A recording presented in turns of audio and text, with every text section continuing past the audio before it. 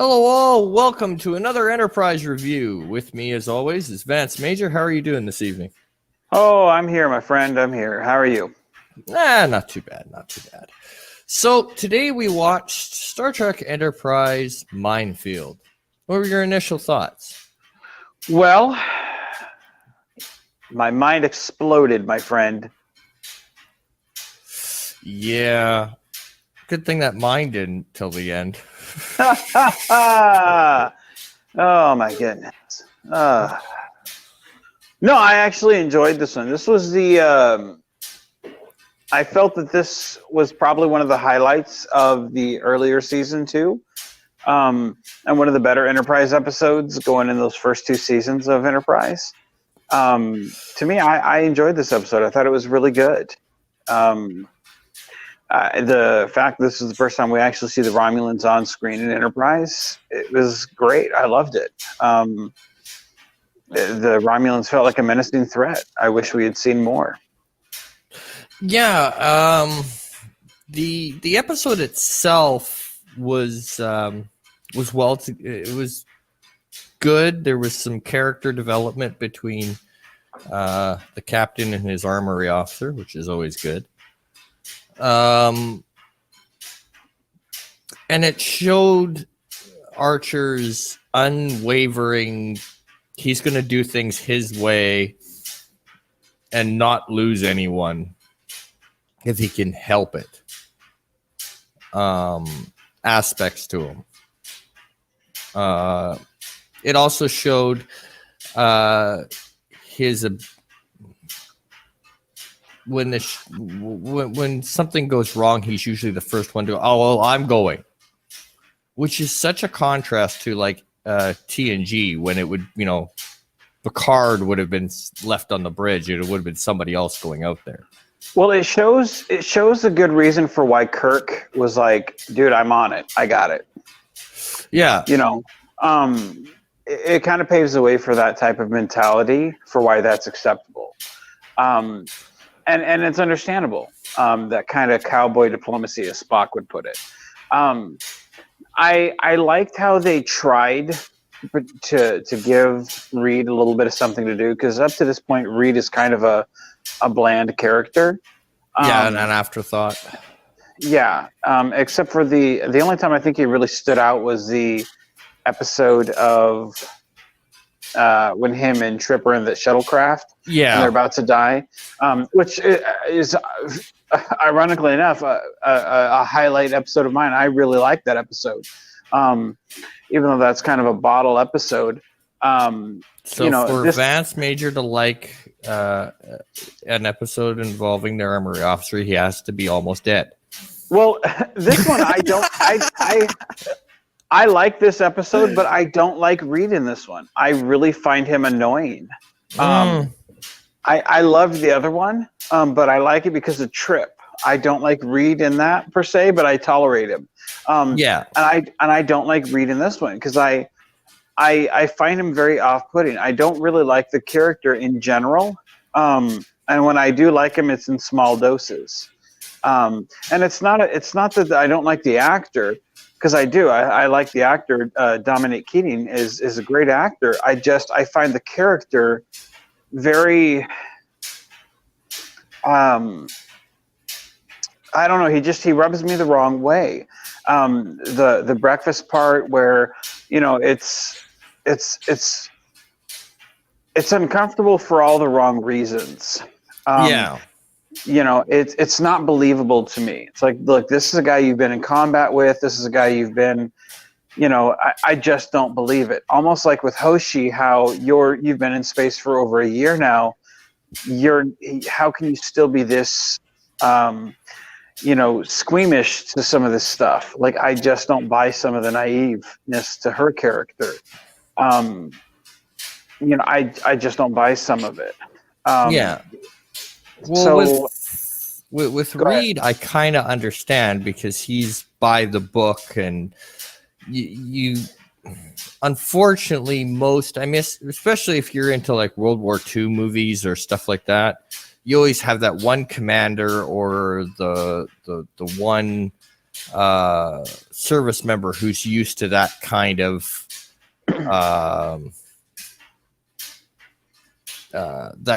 command, where the troop doesn't matter, the commander does. Well, I feel like that's how they wanted to portray him, but I feel like it made him feel more like a caricature instead of a character. Yeah, I could see that. And it, to me, that just rubbed me the wrong way. Like, I didn't enjoy him as much. Like, I feel like Trip should feel more like a caricature, considering, he's, the Southern, stereotype and the kind of, when he walks in, howdy, I mean, I know he doesn't say that, but, it would be more easy to take him as a caricature, but I feel like he's a fully fleshed character. Whereas Reed, he doesn't come across as fully realized. And that's what I feel is selling Dominic so short, is he doesn't feel fully realized. I feel the same way about Mayweather's character, where for like that first full season, like the only thing you really realize about his character is, space boomer, like you really don't realize anything about him. And I mean, I've seen the seasons, all 4 of them, and I still don't really remember much of anything about his character. And that's just really sad. Outside of Malcolm, he's the armory officer. I don't really remember. I mean, there's one thing in season 4 that I love, and I'm like, well, that's very fitting. When you and I get there, we can discuss it. That once you get to season 4 and this story arc takes place, and you're like, oh, I see how that's very fitting. But I hate the fact that they waited to season 4 to get there to bring that story arc in place, because you're like, really? You wait till this season to finally drop something interesting? Because outside that, like, I don't know. I really don't know anything about the character. So I loved this episode because of the Romulans. I loved the tenseness of the situation. But I really felt that with Reed, he was just a little bit too quick to be like, let me just pull the plug on my air supply. Let me die, and the needs of the needs of the many outweigh the needs of the few kind of mentality right away. Well, because I feel like in the first episode that he had the bottle show with him and Trip, he was ready to say kaput. I'm died. And then this one, he's like, let me pull the air hose. I'm ready to die. It's like, dude, this is the guy in charge of the weapons? I kind of agree that, we probably do need another person in the armory, but, just to get rid of Reed. But speaking on the Romulans very quickly, and I don't want to stay too long on this, what are your thoughts of them bringing in the Romulans? Because I know that back in the day, this did not sit well with a lot of people that the Romulans were introduced here. I loved it. Because the whole thing about it is like you had, around this time, you had the Earth-Romulan Wars. So to me, I thought that's what we were leading up to. Because in hindsight, I know that we never get to the Earth-Romulan War, and that pisses me off. Because I know we have the Xindi War. Or with the Xindi arc that takes place over the whole year of the 3rd season. And it's bothersome that, in my opinion, the 3rd season should have been, instead of Xindi, replace Xindi, make it Romulan, and kind of tweak the end of that season, and we could, that's our Earth-Romulan War, and we're good to go. Because it could have very easily been that. They chose not to do that, which I don't know why. And I mean, it could have very easily been that. So I don't know why anybody would have had a problem with the Romulans showing up here. The only thing you couldn't have done was have them visually seen, which, that's the only thing you can't really do and break canon, or simply have it not, simply don't have anybody report what they look like. I mean, obviously we've done that before, i.e. the Ferengi showing up and not saying what they look like. I don't like that. I don't like that that's in Star Trek. I'm not a big fan of that. So personally, I would just say, hey, they never knew what they looked like. Everything has been, discussed over radio, and we have a treaty of the neutral zone. Don't come over here. That's it. We're not discussing it. If you cross it, we're going to war. We have the weapons to destroy you, and that's that. And leave it on that and be like, okay, well, I guess that's that, and we'll count our blessings. And I mean, we know how xenophobic the Romulans are. So I could certainly believe that they would have a treaty over subspace. Without even being seen. To me, that's completely believable. So now there is one aspect of this that I kind of wanted. Well, we're still on the Romulans, and I want to make this quick because I know you've got a couple things to do, and we have to wrap this up pretty quick. But sure. Do you think that T'Pol was lying, or do you think she truly doesn't know about the Romulans?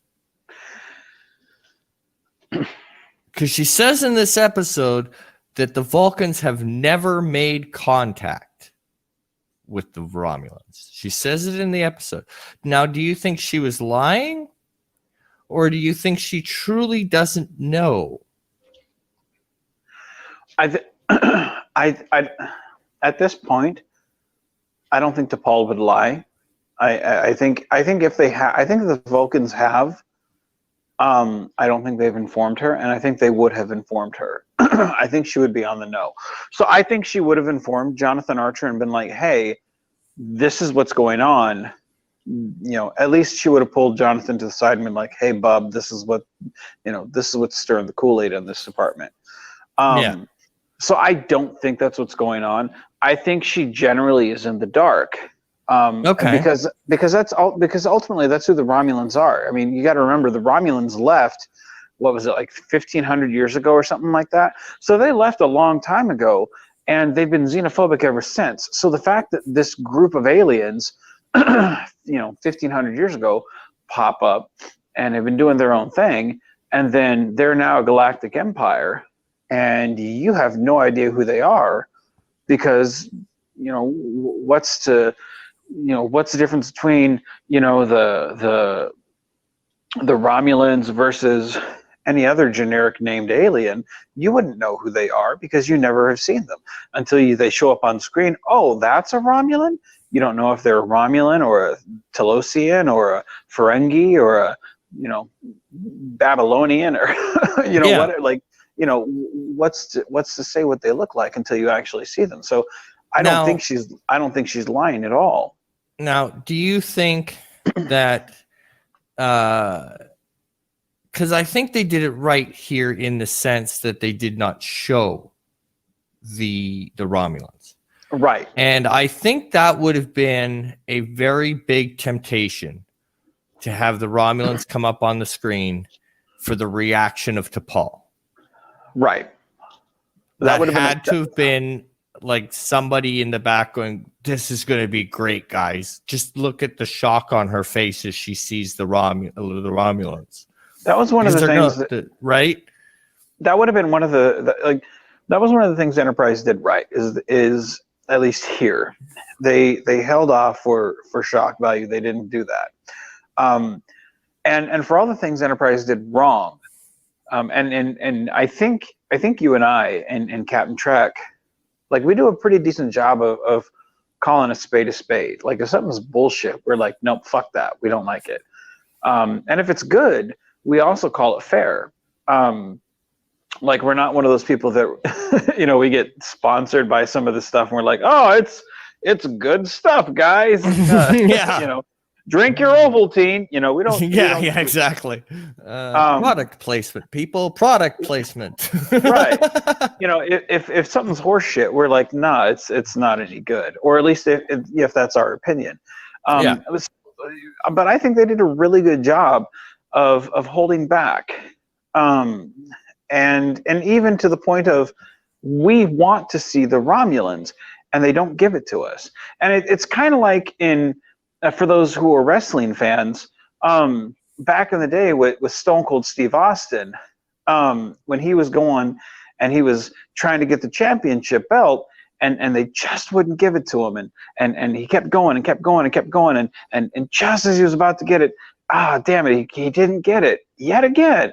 And that's how you do it. And Steve, I think his real name is Steve Williams, the guy who does the Steve Austin character. He's so crafty and he's so smart, because he said in an interview that I was listening to one time, he was like, that's how you milk the audience.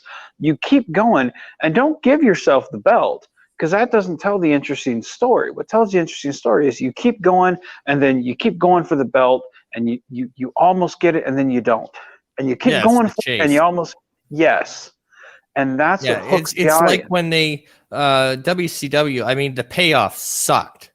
Yeah, but they completely botched the end of it. But the buildup was great.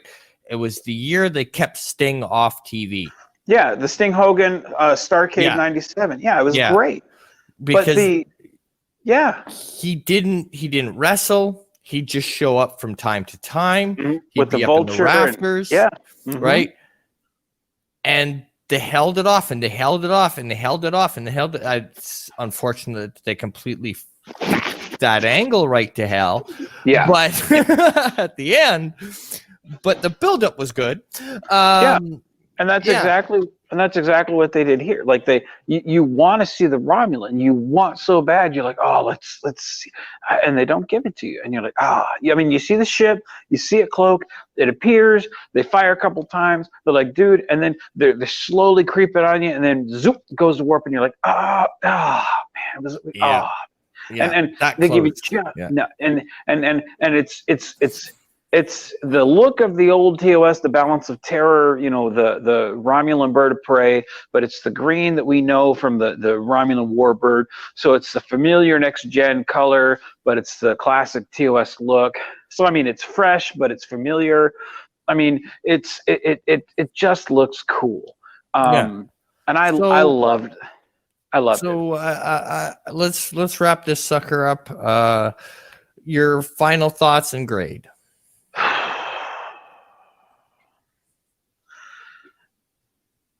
Well, I got to be honest. I loved the cool moments, but if you take those cool moments out, it was kind of a boring episode. The Reed moments on it were kind of just like, don't give a shit. And like I said, got to call a spade on the I don't give a shit moments versus the really cool moments. It's probably about a 6. I mean, I loved what I loved, but those bland moments were bland. I know there's better ones coming, which are higher on the scale. And this, as good as it was, and as much as I enjoyed it, I mean, I can watch this one over and over, and I don't hate it. I like it a lot. But those cool moments are what make it for me. But the really boring times, especially when Reed's like, "Can I have another?" That was an eye roll. Yeah. And that's just one of those things where you like every scene you are in, you ruin it for me. Like, just stop talking, And again, I love the actor, but I hate I every time you talk, I hate your character. Yeah. All right. So for me, I think I'm with you on that one. I'm going to go with a 6. For me, the story was okay. It was nice and compact. I have mixed feelings on the Romulans showing up, but at least they didn't do the full reveal. So I'm, they get points there where they resisted the urge to have T'Pol go, wait a minute, so I'm glad on that. I also think it's kind of interesting that they planted the seeds in your Trekkie. Like I said, does T'Pol actually know, or is she lying? Right. Mm-hmm. So I'm pretty sure back in the day there was probably arguments about that. Right. Nerd got to argue, man. Right. But with that said, I want to thank Vance for joining me today. I want to thank you all for watching. And until next time, take her easy, folks.